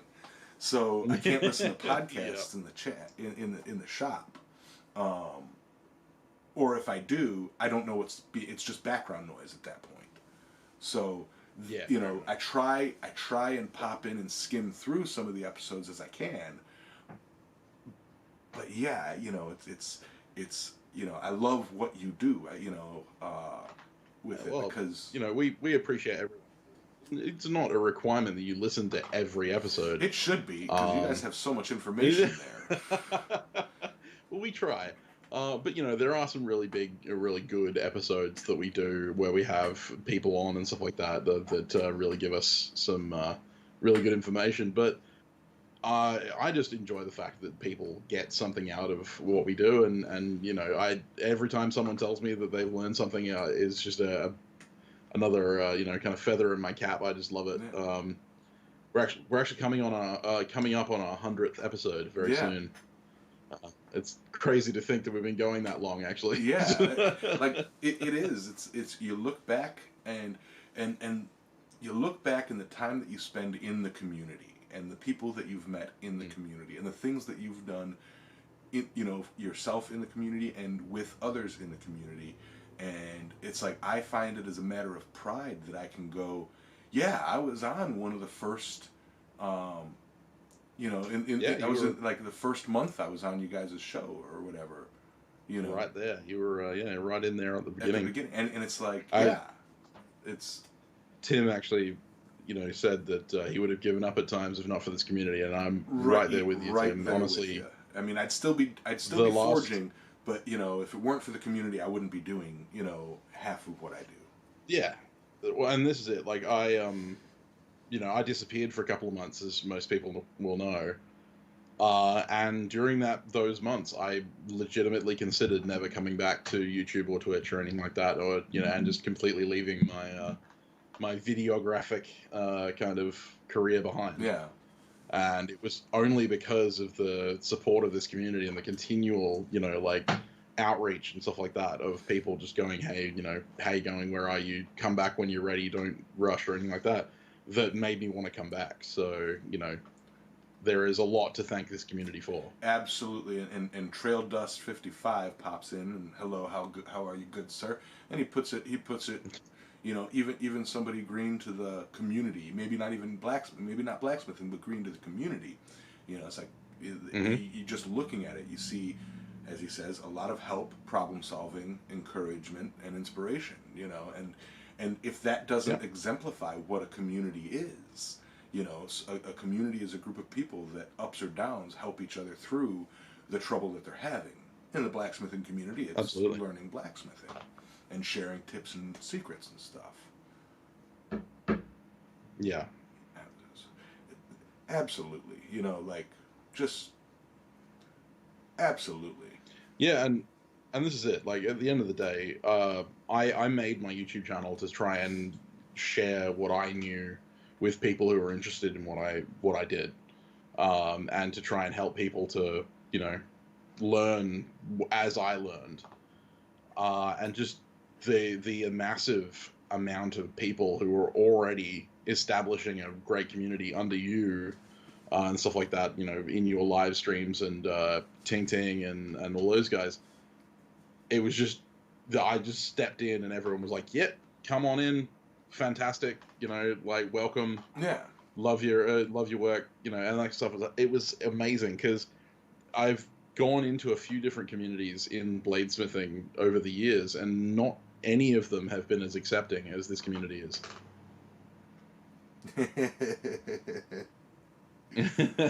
Apparently, Eric's looking for me in the kitchen sink. You need to take stickers and make some waterproof stickers so that people can put them in their kitchen sinks. Absolutely, that's it. I actually need to I'm gonna make a sticker with me in a kitchen sink. I have to do that. If I can touch on something real quick, community based, Gordon Farmer says, I've been thinking of giving up YouTube, and I have this conversation with a friend a lot. Most of you guys know him, Charming Hollow Forge. He has trouble with the YouTube side of it, and all he wants to do with YouTube is show off his work. But he has trouble going from there. He is a wonderful, award-winning blacksmith, and he'll pop in. No, I'm not. But he is a wonderful blacksmith and a wonderful friend, and an awesome part of the community. And I tell him all the time, it's like you get what you want out of YouTube, or you get out of YouTube what you put into it. And absolutely, and if you're struggling with YouTube, it is okay to take a step back and just release videos as you see them. You don't have to strive to be, a YouTuber, but it is, an excellent, if you've got a project that you filmed and you want to show it off, or that you've done and you want to do a little video of the project itself. Put it up, whether it gets views or not. At least you know it's there, and if people ask you about it, you can show them. You know. And it's funny because this is the exact advice I give people who ask about blacksmithing, because it's my opinion that too many people get into blacksmithing and bladesmithing intending for it to be a job, Yeah. right? Intending for it to be like their livelihood. It is hard. And I'm like, it is massively hard work to get even a small foothold in the market. Yes. But then the thing is that so many people get into YouTube with the same idea. They get into the YouTube with the idea of uploading 4 times a week and, you know, making a living on YouTube, and it's not viable. Yeah, it's like I always say with my channel growth. See, Alex. Adios, Alex. And hello, John Cat.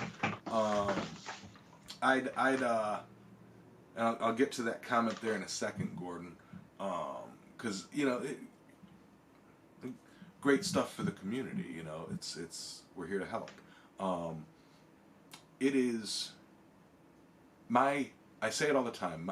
I'd rather have slow growth of, you know, loyal subscribers who are as interested and passionate about my journey, and you know, and how it parallels their journey, and that can relate to me, rather than having 1 million subscribers overnight that only like me because one video, and dang it, if I don't do that exact same thing every video, they're gonna unsubscribe.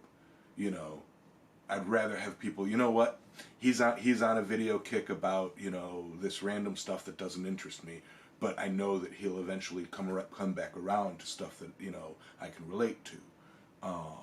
Yeah. And now he brought up, Gordon said, it's the thumbs down that gets you because you try and get things right for YouTube, but it doesn't seem to be good enough. Let them feed the algorithm. A thumbs down is still an interaction. And indeed it is. As you say, on YouTube, people know you more as a gamer than a blacksmith.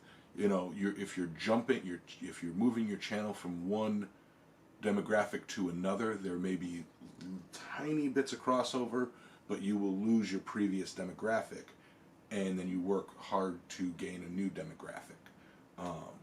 And honestly, one of the best ways to ensure that your channel kind of has, if you're going for a channel and not just the ability, you know, posting videos here and there, you know, because there is a difference. I mean, you can do YouTube, you can do these videos and not aim to be a YouTuber, you know.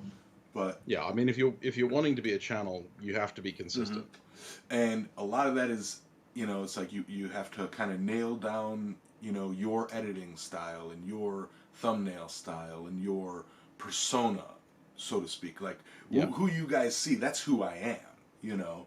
So for me, a persona is very easy. Yeah, there's parts of me that you guys don't see. The parts of me that, you know, the camera shuts off and I stop talking because I just spent 2 hours rambling on and my throat is sore. Or the part of me that, you know what, like, I'm just having a down day and I'm just going to shut the windows, turn the lights off, and put on a movie and just ignore the world. Or that I get frustrated with this, and you guys don't hear about that. But, you know, that doesn't mean that this is a false persona. I'm a smiley, happy person. No, not at all. So with that... Sorry, I was just reading Rob. So with that... Exactly, Rob. So with that, you know, Gordon, like, and I'm only saying, you know, not singling you out. This goes to anybody who releases videos.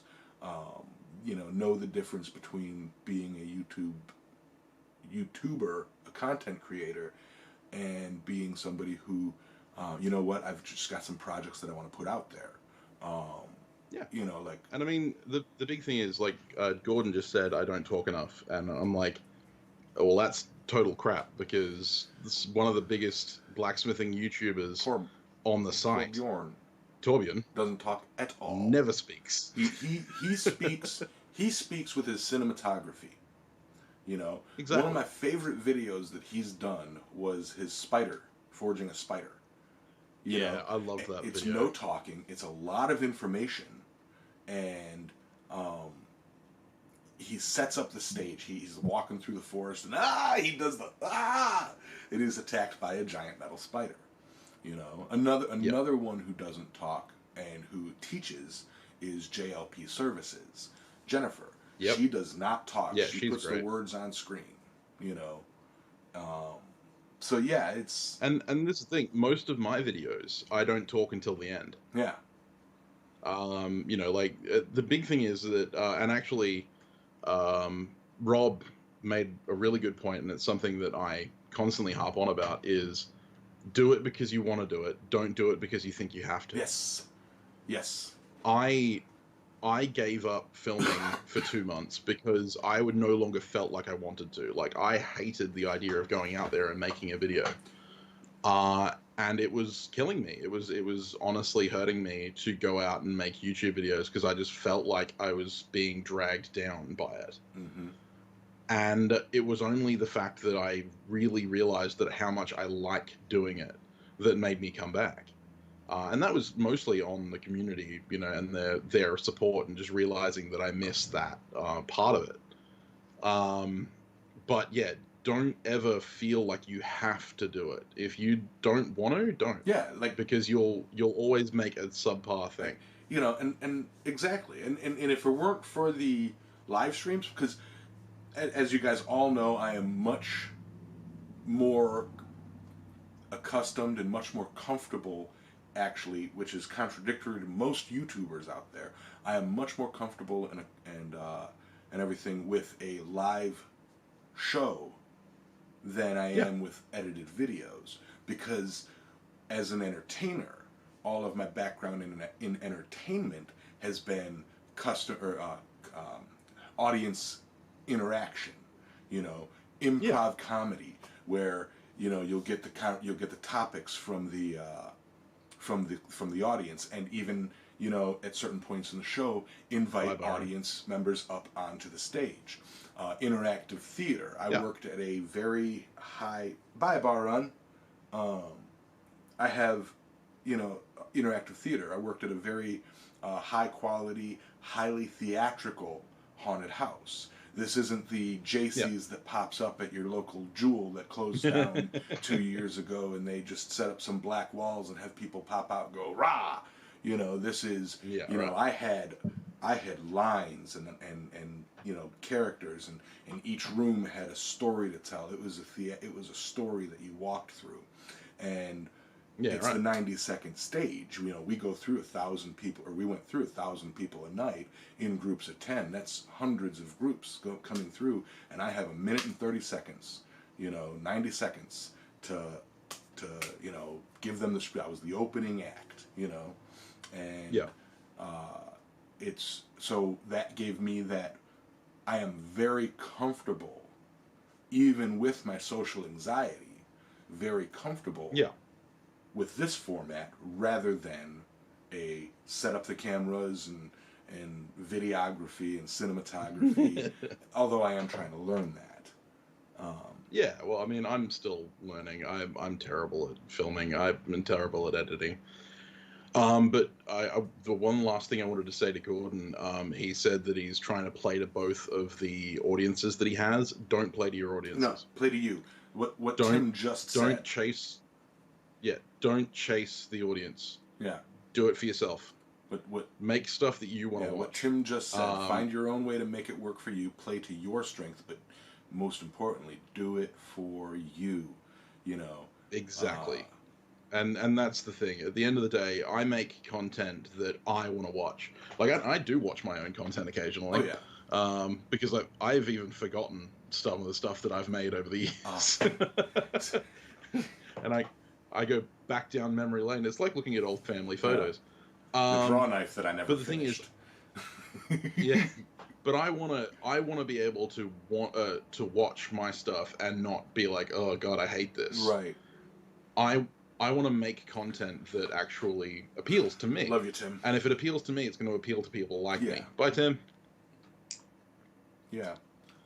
See you later, Tim. But yeah, no, at the end of the day, make it for yourself, and then everything else will come with it. Um, Rob Don't try and make people happy. You'll never do it. Rob Huff brought up a good point that I get it. I get it every now and then in my live streams. Oh, you're gonna burn your steel. For doing videos, especially for doing live streams, don't use a electric blower on a coal forge, No. because you put the steel in and then get distracted with camera setup or conversation if you're live, and you will burn your steel. You will. I quit using. I started out with an electric blower and quit and switched over to a hand crank blower specifically because the ability to not burn my steel when working, you know. So. Yep. And Easy asked a question about mixing corn oil and water to make a oil water quench. I have heard of this now. I have heard of floating oil on top, quenching slowly through the oil, and then finishing the quench in the water. Yeah, again, going from oil to water is a bad idea most of the time. I mean, it can work. Yeah. But, you know, when there is actually a custom heat treating additive that you add to water that's called aqua quench, which you create a quenchant out of water, and you can actually speed up or slow down the quenchant by either adding water or adding more of this aqua quench additive. So neat. There is actually a like an industrial kind of mix. But when it comes to like water and corn oil, I'd honestly just go with oil. When you're quenching most unknown steels, I suggest something like canola or rice bran or peanut oil, which are high smoke point oils. Don't use old motor oil. But yeah, for the most part, just use really high smoke point oils or invest in some quenchant oil. It's actually not that expensive, especially when you consider how long you can use it for. But like Parks 50 or Horton's K are really good medium to fast speed or quench oils. Go with those, because at the end of the day, it's going to save you a long time and a lot of backbreaking labor when you snap a blade quenching it in water. Yeah. Matt White says, well, Roy uses an electric blower during live. Yes, he does. But Roy is a magical being that you find at the end. No, that I was going to say that you find at the end of Rainbows, but that's Ben Toombs. Roy is a magical being that like pops out of a coal forge and shows his YouTube magic, and then disappears in a puff of smoke. So Roy and I mean he has experience in keeping track of the fire as well. The real explanation down there.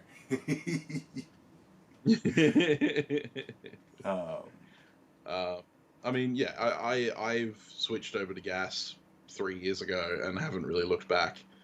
But when using solid fuel forges, you definitely have to keep your head on swivel. Yeah, definitely.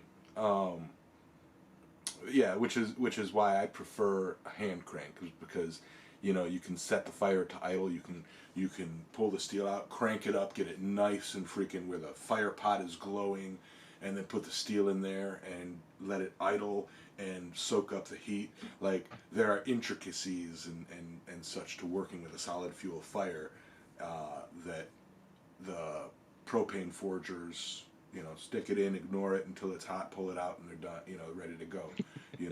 That's it. We're lazy. Both are good ways. Both work. Both do the thing. It's purely a matter of preference. And the jokester in me will say, yeah, well, that means that I've just got a better connection to my steel because my hand pushes the air, which pushes the fire, which gets to the steel. So I have a physical connection to my steel. But it's all preference. Everything else is just jokes. Yeah, I mean, I switched to propane or LPG because it's cleaner, it's faster, it's more effective, it's more efficient, and I can, and I don't burn up my work. Mostly because it's cleaner though. But yeah, at the end of the day, both of them are perfectly viable.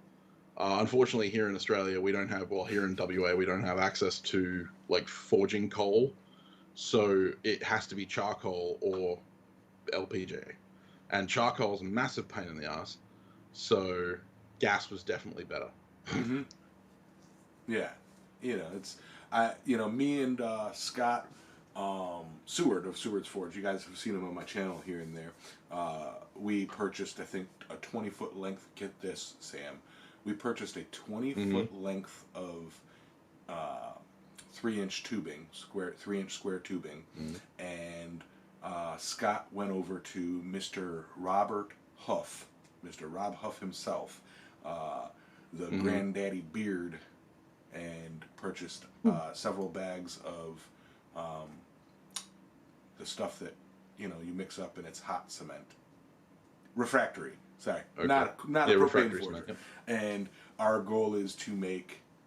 He wants me to study how, but we are going to make several ribbon burners, and he nice. He wants to sell and market, at least locally to us, pre-made ribbon burners, and if we can get the resources, possibly even finished ribbon burner forges, and sell them. Nice. So it's like,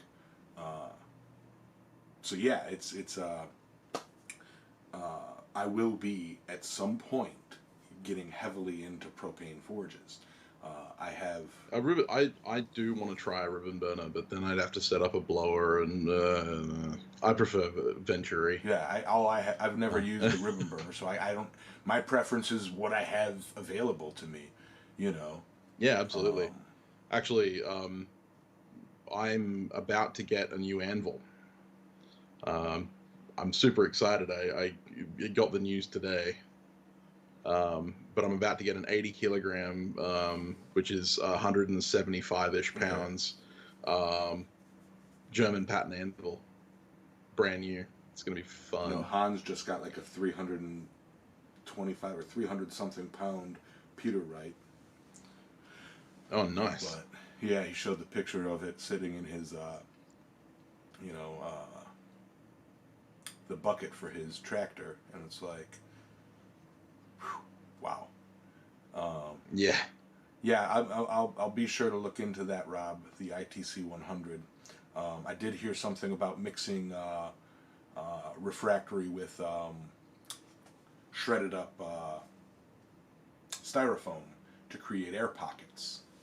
Yeah, it creates the physics behind it is it creates air. You mix it up and it creates a lighter material, not like a ton of it, but you put it in there so that it's kind of porous. Right. And I've heard of. But then you I've do heard put of aerating ITC 100. after you never heard of that. After that cures completely, then you put a skim coat, like a 1/4-inch skim coat of the refractory on it, so that you're not going into those air pockets. And basically, what it does is it separates it creates the air pockets so that the heat doesn't just immediately move through it. It hits those air pockets. It becomes a low density. Down. Yeah, a low density insulator. Yeah, nice. And then you skim coat it with the refractory again, and then put the ITC on. So it's a bit of a process, but it makes a stronger, more efficient forge. Also lightweight. I only found out recently that ITC 100 is actually used as nuclear reactor cladding. That's what they use in nuclear reactors. I think actually Rob may have been the one who pointed that out to me. So yeah, Rob's sharing a bit of the info. Yeah. You don't do the air pockets and then just cure it and light it up and use it. You have to have a coating over the air pockets, over the porous. Yeah, well, I mean, when you use brick forges, you tend to use isolite bricks, which are very porous, and they're very good at reflecting heat because they're so low density. Air is an incredible insulator. Yeah. Same concept, and as it heats up, those pockets of styrofoam burn off and creates pockets of air. Yeah, I'd be interested to see how that goes because, like, I'm not sure if like the styrofoam would off gas, in which case potentially you could get miniature explosions. Like I said, I believe it was Rob that had mentioned it to me. It may not have been. I have conversations with a lot of people, but it was explained to All me. I know about styrofoam is that you can mix it with petrol to make napalm. Yeah, it was explained. It was explained to me, and Rob is very likely typing furiously right now. But it was explained to me, and I'm horrible with relaying precise information. I can give the idea of what I was told as a inspirational reference point for somebody to look into it. Not this Rob, regarding the styrofoam. Scott told you about it. Then it was Scott who was telling me about it then. Right. And I think he learned it from maybe Paul Beasler Blacksmith. He's friends with him and goes up there. Actually, he's trying to line up some hammer classes with Paul Beasler at his shop using the press. But John Brunel asked what's wrong with old Kaowool. Unfortunately, Kaowool is incredibly carcinogenic. Yeah. A single fiber is much like asbestos and will give you mesothelioma. So, yeah, me personally, if I can make like the idea for the design idea for my ribbon burner forge that I'm going to have in my home shop may not be the same design that we sell. But my idea is to basically build a house-shaped flat steel structure, that sits on fire bricks. So you lift it off, replace the fire bricks, put it back down, or a kiln shelf.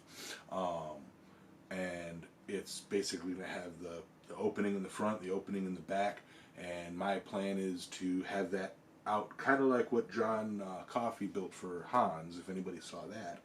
And, then I'm going to build a form inside and then pour the concrete in it. Not concrete, refractory in it. And it's just going to be a solid chunk of refractory, and let it cure and then take it off. And yeah, I intend on having like little welded spots or little welded spokes throughout it to hold the refractory in. Yep. It's like all of that, but just to avoid having to deal with Kaowool. Yeah, I mean, Kaowool is one of those things. I've been playing with it quite a bit recently. Isowool here, not Kaowool, because Kaowool's a brand, but anyway. One of the big problems with Kaowool is that because it's low density, it also means that it heats up really fast, which is great.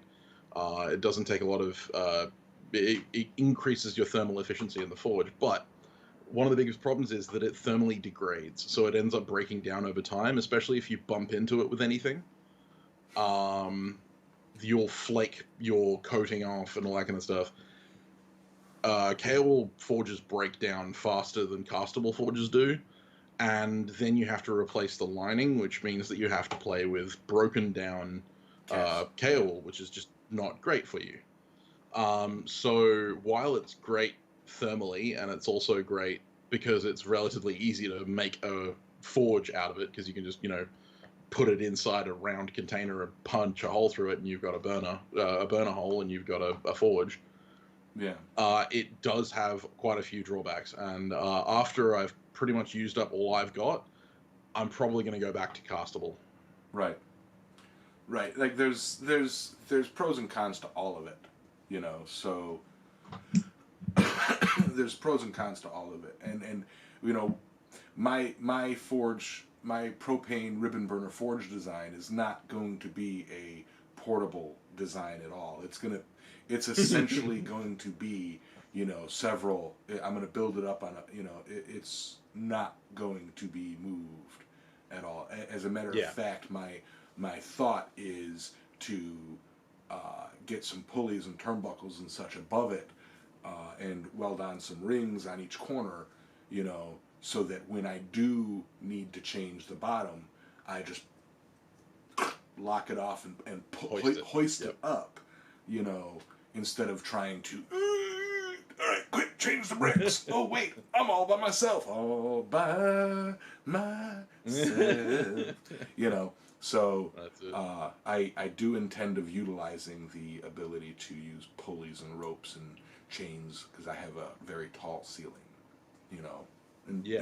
I wish I did. I know I hit you my head stand on up my and crossbars. bonk yourself. You boot your snoot when you jump. You don't get excited in your shop. Like, my head's like fully in the hot zone, like the hot zone near the roof. Yeah. My head is fully in. Yeah. In my workshop. When you get that aha moment, or when you finally accomplish a difficult task, you have to step outside, and then go woohoo! You break both your wrists. My hand in my You're like, oof! Now I'm a T-Rex. Yep, pretty much. So the amount of times that I've gone to swing a hammer and I've actually hit the trestle, the truss, just bang. Yeah. But anyway, that brings us to a 2-hour Sunday morning gathering. Terribly sorry. No. You know what? I love talking with the community. For once, I don't have any pressing orders to do. Today in the shop is basically just going to be, back to some basics. Maybe a bit more shop cleanup, and yep. And yeah, so Ken, look up Learning to Forge on Facebook, and look up Black Bear Forge forum community, or Black Bear Forge community forum. I think it's community. Yeah, Black Bear Forge community forum on Facebook. Those are two groups that I personally can recommend. Without talking bad about others, I would steer clear of blacksmithing for beginners. They have no offense to the admin team and for those who are a part of those groups, but they have, due to several reasons, have turned into a veritable toxic bed of the YouTube or of the Facebook communities. Unfortunately, very unfortunately,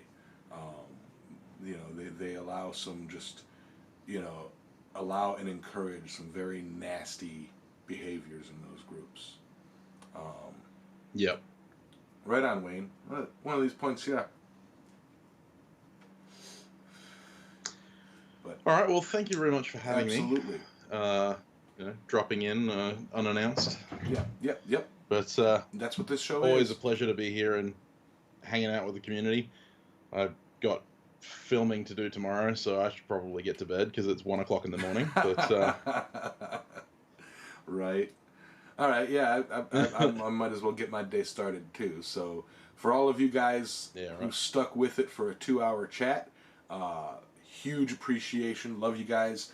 For those of you who sent super chats, thank you. Everybody give Sam down here a big line of applause, and let that roll up, and we'll be calling it a day. I know that I will be probably at some point today releasing my announcement video, or reshooting my announcement video for channel memberships, and hope you guys don't look down on me for that. But oh, we will. So love you guys, love the community. I will see you guys next Saturday for my forging stream, and I will see you guys next Sunday for this. And who knows what next week will bring. So get out there. That's it. I will toss on your safety glasses. Hopefully I'll catch you all then. Toss on your safety glasses and create something awesome. And I apologize. I believe Dana usually goes live right after Sunday morning gathering, and I went an extra hour, so I'm sorry for taking into your time if you were going live today. I do apologize. Sorry, Dana. But yes, you guys all get out there and do something beautiful, and I am going to click end stream. Bye, guys. Farewell. Goodbye. Something. Auf Wiedersehen, adieu.